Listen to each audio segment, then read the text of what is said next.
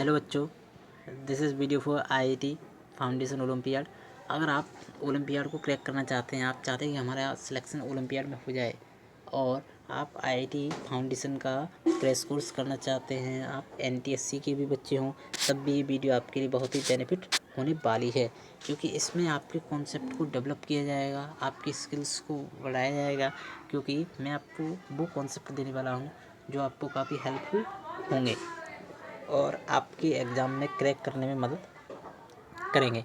फिर चाहे आप 9th क्लास के स्टूडेंट्स हों, उसके लिए भी ये टॉपिक आपको बहुत ही हेल्पफुल होने वाले हैं, क्योंकि ये वीडियो जो है वो स्पेशली तो वैसे 9th क्लास के बच्चों के लिए है ही, लेकिन अगर आप किसी भी क्लास के बच्चे हैं 6 से लेकर के 10th तक, तो फाउंडेशन का कोर्स आपके लिए तो बेनिफिट होता ही है, चाहे फिर वो आप किसी भी क्लास का ले लें।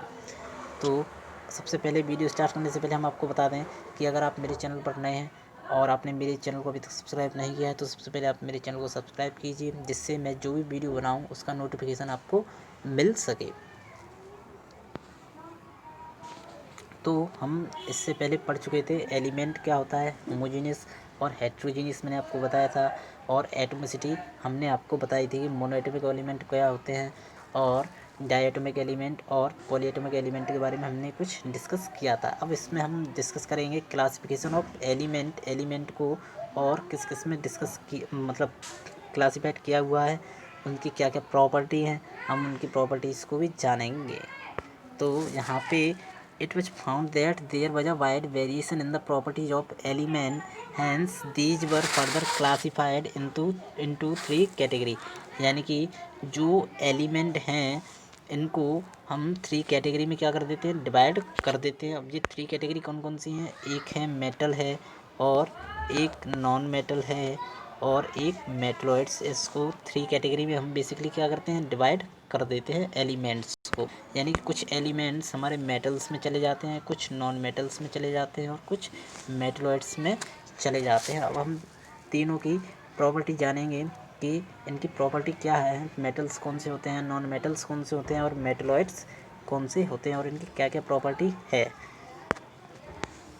तो हम सबसे पहले देखते हैं, यहाँ पर ये मेटल्स दिए हुए हैं और ये नॉन मेटल्स दिए हुए हैं, और ये आपके लिए प्रॉपर्टी दी हुई हैं। तो हम इनकी प्रॉपर्टी एक एक देखते हैं नंबर वाइज। हम सबसे पहले देखते हैं स्टेट, यानी कि हम प्रॉपर्टी में सबसे पहले स्टेट देखते हैं। तो हम मेटल की बात करें तो जो सॉलिड होता है, solid at room temperature exception Hg and Ga liquid, यानी कि Ga गैलियम है, Hg यहाँ पर पारा है।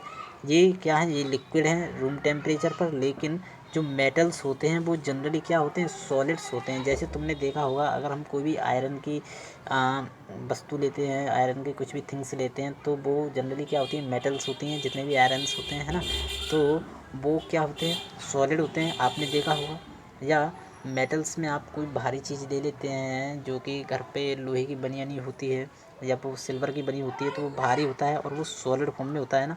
तो इसकी हमें स्टेट पता चलेगी कि यानी मेटल कैसे होते हैं, मेटल सॉलिड होते हैं। लेकिन कुछ एक्सेप्शंस हैं, एग्जाम व्यू से आपको ओलंपियाड में ये याद रखना है कि जो Hg एमलगम भी इस पारा बोलते हैं इसको, और Ga यानी कि गैलियम, ये क्या होते हैं, ये लिक्विड होते हैं रूम टेम्परेचर पर। ये मेटल हैं लेकिन ये रूम टेम्परेचर पर लिक्विड होंगी। बाकी की जो भी मेटल्स होती हैं वो सॉलिड होंगी रूम टेम्परेचर पर। ये इसकी प्रॉपर्टी आपको याद रखनी है। अब हम बात करें नॉन मेटल में, अगर हम देखते हैं तो जो नॉन मेटल जो होते हैं मोस्टली क्या होती हैं, गैसेस होती हैं। जितनी भी नॉन मेटल होंगी वो मोस्टली क्या होंगी, गैसेस होंगी। लेकिन कुछ एक्सेप्शन इसमें भी हैं, यानी सम ऑफ सॉलिड हैं, यानी कि कुछ सॉलिड हैं नॉन मेटल्स। जैसे कार्बन है, सल्फर है, फॉस्फोरस है, और आयोडीन है। ये क्या है, ये सॉलिड है। ये भी नॉन मेटल है, लेकिन वैसे नॉन मेटल मोस्टली गैसेस होती हैं। लेकिन ये कुछ जो एलिमेंट हैं, यानी कि ये कैसी हैं, जो नॉन मेटल हैं, ये सॉलिड हैं, जिसमें कार्बन है, सल्फर है, फॉस्फोरस है, और आयोडीन है। ये क्या है, ये आपकी नॉन मेटल हैं जो कि सॉलिड फॉर्म में पाई जाती हैं। और ब्रोमीन एक अकेली ऐसी नॉन मेटल है जो कि लिक्विड फॉर्म में पाई जाती है। ठीक है, ये आपको अच्छे से ध्यान रखना है कि ब्रोमीन लिक्विड फॉर्म में पाई जाती है, जो कि एक नॉन मेटल है। अब हम बात करें डेंसिटी की, तो डेंसिटी अब हम एक सेकंड प्रॉपर्टी की बात कर रहे हैं, तो डेंसिटी जो होती है वो मेटल की हाई होती है और नॉन मेटल्स की लो होती है। आपको डेंसिटी क्या होती है, तो डेंसिटी इक्वल होता है मास अपॉन वॉल्यूम।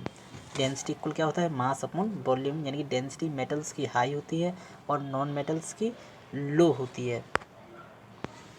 अब ये थर्ड प्रॉपर्टी है लस्टर। लस्टर मीन्स होता है चमकना या शानदार हम कहें तो आपने देखा होगा जितनी भी मेटल्स होंगी, यानी कि सिल्वर हो, आयरन हो, तो ये क्या, एल्यूमिनियम वगैरह हो, ये सब क्या करती हैं, ये बहुत ही लाइट करती हैं, बहुत चमकती हैं, शानदार होती हैं, है ना।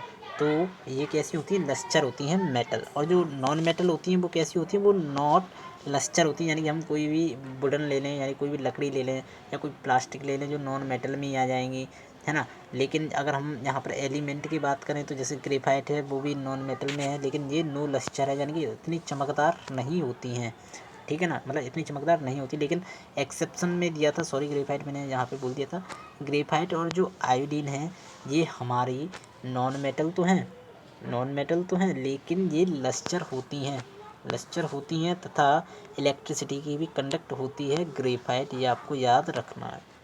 जो मेटल्स होती हैं वो इलेक्ट्रिसिटी की कंडक्टिविटी करती हैं लेकिन नॉन मेटल नहीं करती हैं, लेकिन ग्रेफाइट एक अकेला एक्सेप्शंस है जो कि मेटल यानी कि जो नॉन मेटल होते हुए भी इलेक्ट्रिसिटी को क्या करता है, कंडक्ट करता है।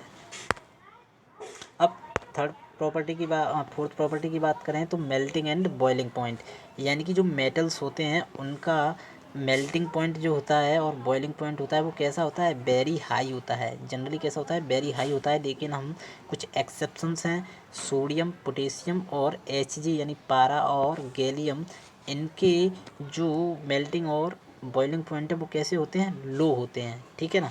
इनके मेल्टिंग एंड बॉइलिंग पॉइंट क्या होते हैं, लो होते हैं। ये एक्सेप्शन है, आपको याद रखना है मेटल में। और हम बात करें इधर नॉन मेटल की, तो नॉन मेटल में जो मेल्टिंग एंड बॉइलिंग पॉइंट होता है वो जनरली लो रहता है, लेकिन कुछ एक्सेप्शंस इसके भी हैं, यानी कार्बन, सिलिकॉन और जो बोरोन है इसके मेल्टिंग पॉइंट हाई होते हैं। कार्बन, सिलिकॉन एंड बोरोन के मेल्टिंग पॉइंट हाई होते हैं, ये आपको याद रखना है, ये एक्सेप्शंस हैं। अब हम बात करें एक और प्रॉपर्टी की, यानी कि हार्डनेस। हार्डनेस आपने देखा होगा कि जो मेटल्स होते हैं वो जनरली बहुत हार्ड होते हैं, यानी कोई भी चीज़ लोहे की बनी होती है तो वो बहुत कठोर होती है, हार्ड होती है। लेकिन हम एक्सेप्शंस की बात करें तो सोडियम और पोटेशियम बहुत ही सॉफ्ट होते हैं, ठीक है ना।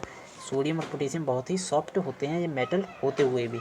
और इसी तरह अगर हम नॉन मेटल की अगर हम बात करें तो नॉन मेटल जो होते हैं ये ब्रिटल होते हैं, यानी कि ये भी हार्ड तो होते हैं लेकिन उतने हार्ड नहीं होते, ये ब्रिटल होते हैं, यानी कि ये ईजिली ब्रेक हो जाते हैं। अगर हम इनको हैमरिंग करते हैं इन पे या इनको ब्रेक लगाते हैं, इनके ऊपर प्रेशर लगाते हैं तो ये ब्रेक हो जाते हैं स्मॉल स्मॉल पार्टिकल्स में, यानी कि इनमें ब्रिटल प्रॉपर्टी होती है। आपको समझ में आ गया, तो ब्रिटल टर्म क्या है, यानी कि उनको टूटना। इसमें भी कुछ एक्सेप्शंस होते हैं, यानी कि डायमंड जो होता है वो बहुत ही हार्डेस्ट होता है, नेचुरल अकरिंग सब्सटेंस, ठीक है ना। डायमंड जो होता है नॉन मेटल होते हुए भी ये कैसा होता है, बहुत ही हार्ड होता है। और जबकि मेटल भी हार्ड होती हैं, लेकिन ये इसमें एक्सेप्शंस है नॉन मेटल में। अब एक और प्रॉपर्टी की हम बात करते हैं, सोनोरोसिटी। तो सोनोरोसिटी मिस होता है यानी कि साउंड करना, साउंड लाइक, यानी मेटल्स जितने भी होते हैं वो सोनरस होते हैं और नॉन मेटल नॉन सोनरस होते हैं। आपने देखा होगा कोई भी चीज़, वस्तु कोई भी आयरन की है, लोहे की बनी हुई है तो वो आवाज़ करती है। अगर हम उस पर कुछ भी हैमरिंग करते हैं या उस पर कुछ पीटते हैं कुछ, ठीक है ना, उसको मतलब उस पर कुछ भी मतलब हैमरिंग करेंगे तो वो आवाज़ करती है, यानी कि साउंड करती है, उसमें साउंड ट्रेवल करती है, तो वो कैसी है, सोनरस है। और जबकि नॉन मेटल में नॉन सोनरस है, ठीक है ना। अब हम ऐसे ही अकरेंस की बात करें तो found in combined state only noble metals are found in free state, यानी कि ये कंबाइंड स्टेट में ही मेटल्स जो होती हैं वो कंबाइंड स्टेट में ही पाई जाती हैं। केवल जो नोबल गैसेस हैं वो केवल फ्री स्टेट में पाई जाती हैं। और नॉन मेटल की अगर हम बात करें तो ये हमेशा फ्री स्टेट में पाई जाएंगी और कंबाइंड स्टेट में भी पाई जाती हैं, यानी कि ये बोथ स्टेट में पाई जाती हैं, फ्री स्टेट में भी और कंबाइंड स्टेट में। लेकिन जो मेटल्स होती हैं वो ओनली कंबाइंड स्टेट में पाई जाती हैं और जो नोबल मेटल्स होती हैं वो ही केवल फ्री स्टेट में पाई जाती हैं। अब आप कहेंगे कि नोबल मेटल्स कौन सी होती हैं, ये आपको हम आगे आने वाले टॉपिक्स में डिस्कस करेंगे।